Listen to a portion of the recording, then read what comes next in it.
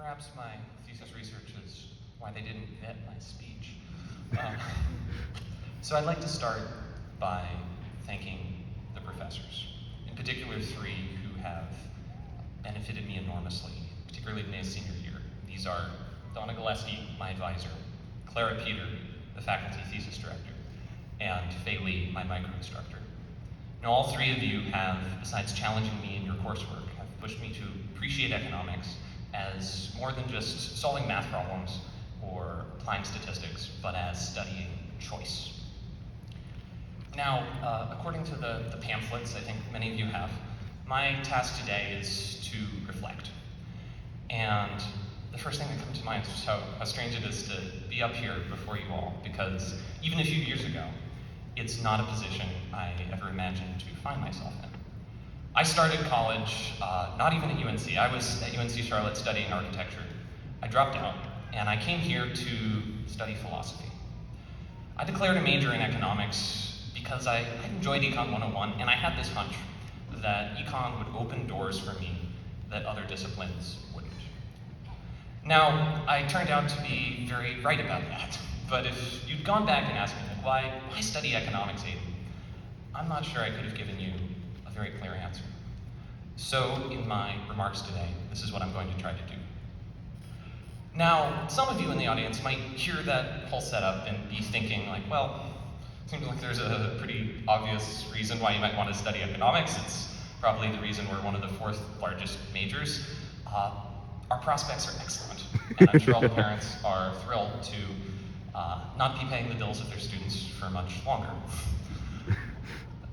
Nonetheless, in the same way that, say, playing in a band is about more than impressing women, there's a lot more to an education in economics than just a pit stop on the way to your first job. And I know for myself, I've learned a lot more that might be more difficult to describe, but even more important. And it falls into two general categories that make up the stuff of what we as economists study. These being data on the one hand, and theory on the other. Now, you'll have to indulge my philosophy brain for just a second here, but when you think about what data is doing in our world, it's fairly unprecedented and remarkable. Where for hundreds, thousands of years before, our species has relied on, say, sensory experience and perhaps the entrails of an unfortunate goat to figure out what's going on in the world, we now rely on numbers. And in business, in government, increasingly in our personal lives, when we make decisions, we're interested in, well, what do the numbers say? What are the facts? Going into this world, it's never been more important to be able to think critically about data. And this is what an economics major trains you to do. Now, when I started studying economics, I thought this would be mostly a matter of learning cool statistical techniques to shake down data sets for answers. And in one sense, I have not been disappointed. At the same time, doing research myself, having to wrestle with my honors thesis and figure out what was going on with the data set, what I've come to appreciate is the skill I think that's most valuable when it comes to thinking about data is thinking about two things. What is the data generating process, and what are we not seeing? Because even though it might sometimes appear otherwise, data is a representation. It's never the thing in itself. And behind every representation, there's a series of decisions that people made about what to look at, and how to measure it, and how to collect it. And even once the numbers are in your spreadsheet, there's all you're not seeing that's influencing whatever results, whatever analyses you run. The reason I'm emphasizing this so much is the technological moment we are in. If machine learning was the first step, large language models are the second. Just the other day, I was on the phone with my friend Holden, and I was telling him about a programming problem I was facing, and he was like, Aidan, you can just give GPT the CSV file, right? It'll analyze it for you. To which I said, it can? Whether you find this exciting, or terrifying, or, like me, maybe a little of both, it sure looks like we're heading towards a world where it has never been more tempting than ever before to just give the robots a bunch of data and look at the answers they spit out. But what we as economics majors have practiced doing is thinking about, well, how the data corresponds to the real world and what gaps and structural relationships lie between. So when it comes to, well, looking at what the robot tells us, we'll be better equipped than, well, we ever could have been to understand whether it's pointing us in the right direction or not. Now theory is the other half of the picture, if data is the first, because theory is how we as economists, well, cut through the noise of overwhelming amounts of data. But more than that, theory is a simplifying framework, a framework for analyzing any problem. And this is something that we will all take with us for the rest of our lives. Now, I want to be clear. Like when I say theory, I am not talking in like a narrow mathematical sense.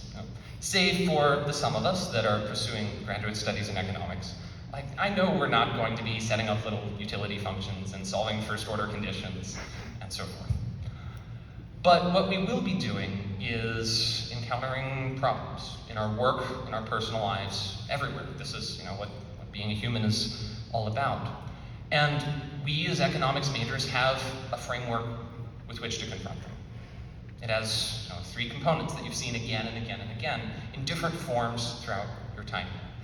Who are the agents? Who are the decision makers? What do they want? What are their preferences?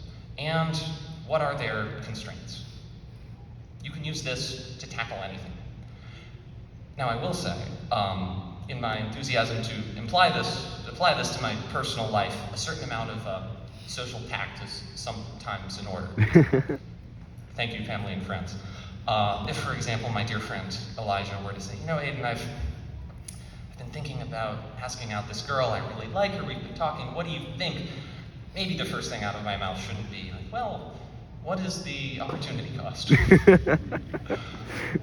And it's for moments like these that, economics sometimes gets its nickname, the dismal science. But if this is supposed to be a critique, I think it's one about delivery and not substance. If anything, I think it's wonderful that economics embraces an unavoidable and sometimes beautiful part of our life, namely that our time is limited, so are our resources. There's a lot of amazing things we could be doing, but we have to choose. Now, all of us here today, in the next couple of years, may have to choose more than ever before.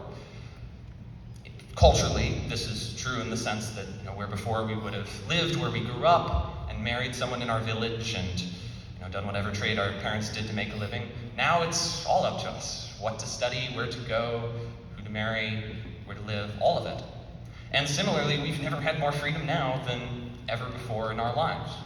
We are adults, or trying very hard to dress and act like them. And we will have, we do not, most of us, have families and careers that are locking us down in a specific place. It's all up to us. And when I, in certain moments, forget to be grateful for how wonderful that is, it is a little intimidating. I mean, you have to choose, it's scary. But I know that I'll be better able to solve my problem, as Dr. Gillespie would put it, because I studied economics. And I think the same is true for all of you. Thank you.